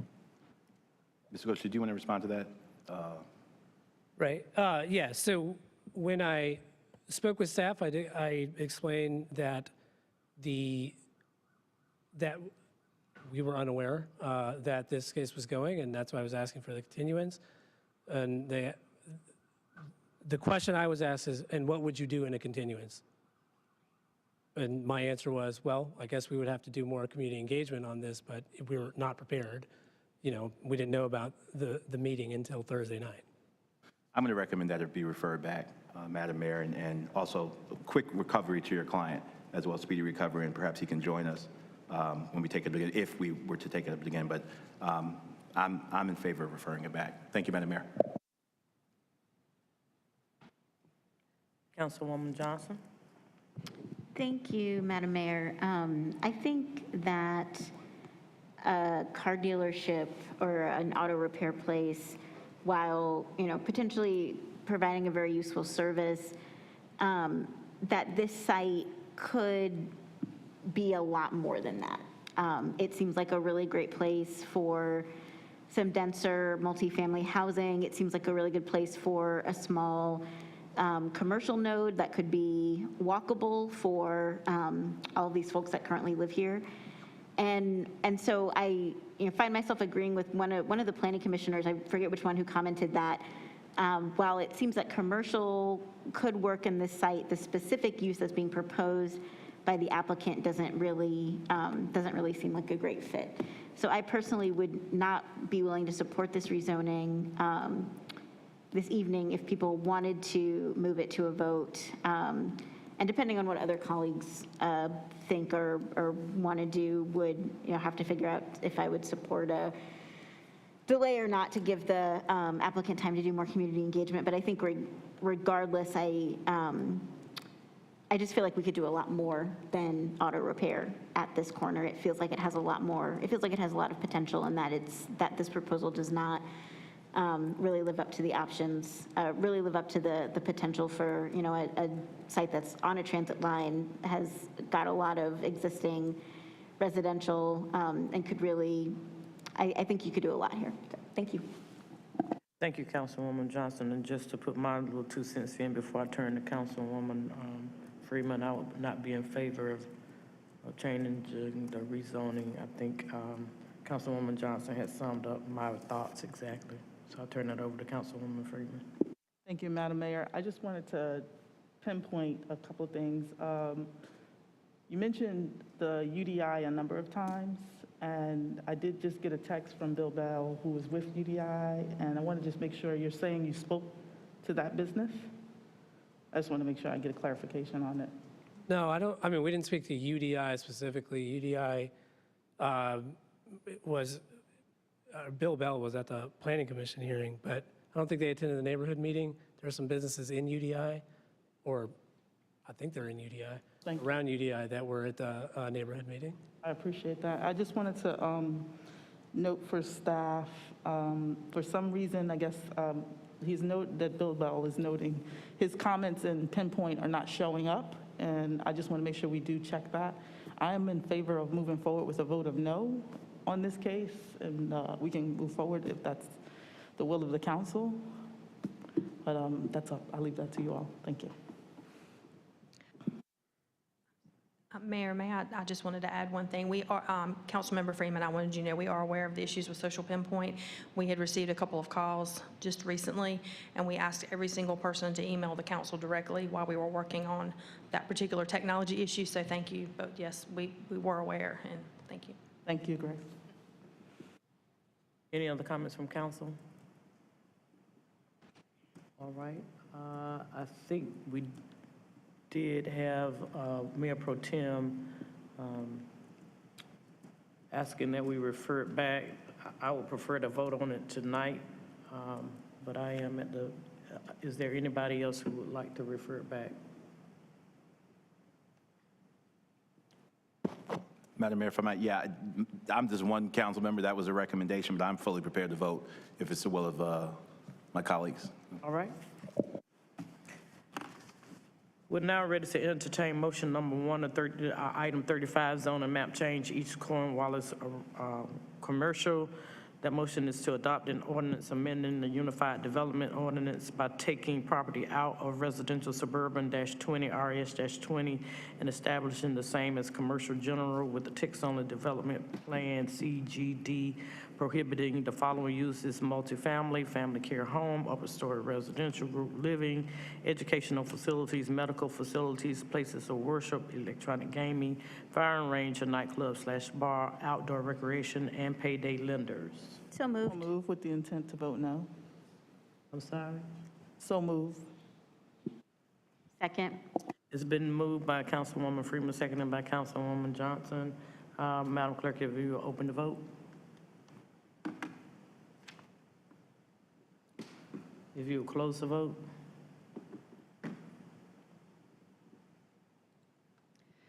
And the motion fails 6-1, with Councilmember Williams voting yes. Not voting. I think there was a little issue here, but it's okay. Was your vote no? Yeah. Okay, it was unanimous no vote on this item. All right, thank you. And we will now turn to motion number 2, and that is to adopt a consistency statement as required by NCGS 160D-605. So move. Madam Mayor, I believe if we vote down the motion, we don't need the consistency statement. Is that correct? You still have to adopt a consistency statement, even if you're rejecting. Gotcha. Second. You have to vote. yes if we want to adopt the consistency. Correct. Yes. To vote yes on the consistency. Okay. I'm sorry, I'm still confused. So should we vote yes on it? Okay. Just saying we're adopting the statement that we just previously did. So for clarification, the statute says when adopting or rejecting any zoning text or map amendment, the governing board shall approve a brief statement describing that it is acting consistently with its own land use. Thank you, Attorney Ray. Thank you. All right. I think it was moved by Councilwoman Johnson and seconded by Councilwoman Freeman, or was it in the reverse? Councilwoman Freeman moved it, and Councilwoman Johnson seconded the motion number 2. Madam Clerk, if you will open the vote for that motion. If you will please close the vote.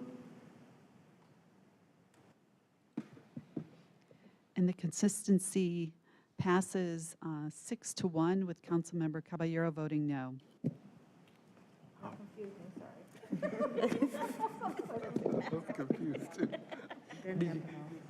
All right. We will have that explained to us. Really, we really need to, so we'll understand it fully. But, all right. We are now moving on with the people's business. I believe that we will now return to consent agenda item number 20, which was pulled by Mr. Calvin Yadav, Y-A-D-A-V. That item is U.S. Department of Transportation Federal Aviation Administration Airport Improvement Program grant offer, and we will ask Mr. Yadav to give his 3-minute speech. Sir, you have the opportunity to speak for 3 minutes. I wanted to thank council members and Mayor O'Neill for this opportunity to speak. And I wanted to thank you, Mayor O'Neill, for the words about the kindness and, treating everyone with respect. And Mayor Pro Tem Milton, about you showing the leadership on the technology side, talking about ShotSpotter. Myself, with my background, I have helped save you a soldier in a similar technology in Afghanistan and Iraq. Council members, my name is Calvin, and I'm the CEO of #1 ethical AI platform company named IREX. Being new to part of this community, this might not be the best concern to speak upon. However, I wanted to showcase our ethical AI platform for our fight against human and child trafficking, public safety, and being a force multiplier to give our first responders an enhanced situational awareness in regards to child abduction, active shooter situation, and community and destruction of property and et cetera type of. And we do all this using existing infrastructure and not replacing any hardware or software that allows the city of Durham save millions of dollars. This includes airport and city transportation and et cetera. And my goal as being a part of this community is to have the city of Durham be the champion for the entire state of North Carolina, showing that we can be pro-technology and use the ethical use of the technology and keep our citizens safe. That's it. I'm here for any questions you might have. And as I said, this might not be the right concern to speak upon, but I just wanted to come over here and give you guys introduce myself and speak upon this ethical AI platform. Mr. Yadav, and please accept my formal apologies for if I'm mispronouncing your name. It's Yadav, and you're doing excellent. Yes, thank you. I had you signed up on the speaker card for a consent agenda item, specifically number 20, U.S. Department of Transportation. I take it that's not what you're here about, is that grant? I felt it when the call was coming. There was some miscom there, so I apologize if I jumped the gun. Okay, so generally, when you sign up on for an agenda item, I'm going to turn to our attorney to let her explain a little bit about comments to specific items. So we will pick up what we need to do, but I will ask her to explain how appropriate, where the citizen comments go in terms of work session or city council meeting and how that works. Sure. Generally, at the Monday night regular meeting, if you pull an item, you're expected to speak on the item. And I appreciate your comments that your comments are not necessarily related to item 20. That's fine. If you would like to come to a work session, Copy that. You can address the council on pretty much any item of your choosing. You just need to express that to the clerk when you sign up. Will do.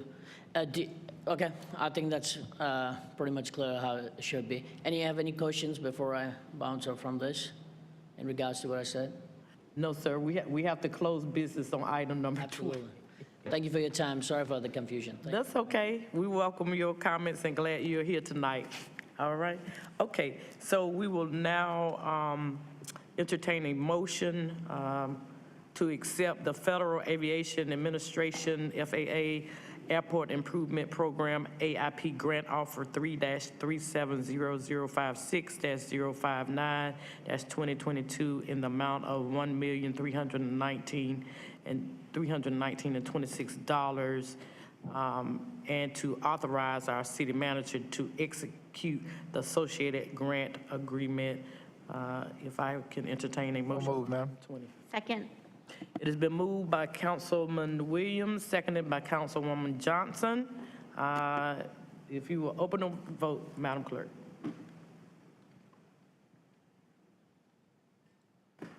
If you will close the vote. The motion passes 7-0. Wow. Madam Mayor, Whoa. I have a point of parliamentary inquiry for the attorney, given the exchange that just occurred. It's been a pretty well-used parliamentary, I don't want to say trick, parliamentary kind of sleight of hand sometimes for a person to pull things and speak on what they intended to speak on, and it's not relevant to what's actually pulled. And that's happened many times here in the chamber. So I guess my question, for whoever's holding the gavel at that meeting, would we be in order if the chair or the holder of the gavel senses or makes a determination that their comments are not germane to the pulled item, to interrupt them during or afterwards to issue an admonition to the speaker? Because that's been a parliamentary thing that's happened here a number of times. I'm just curious as to, are we establishing a new policy here that if the chair makes the determination that it's irrelevant or not germane, what is the action? And if you need to research that, or we don't have to, but I would like to pay that inquiry into record. I would prefer to research it Sure. to give you a more informed answer, but as you pointed out, Mayor Pro Tem, things are at the election of the presiding chair, and the presiding officer can choose to hear the person out and just say, that's not germane, we're moving on.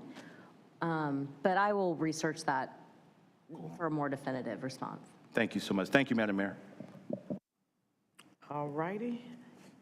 And it would be if I'm chairing, which I am tonight, I would be inclined to at least allow the person to say what they have to say and then ask for our attorney to do just as she did, but we'll wait for her to give us more research on that.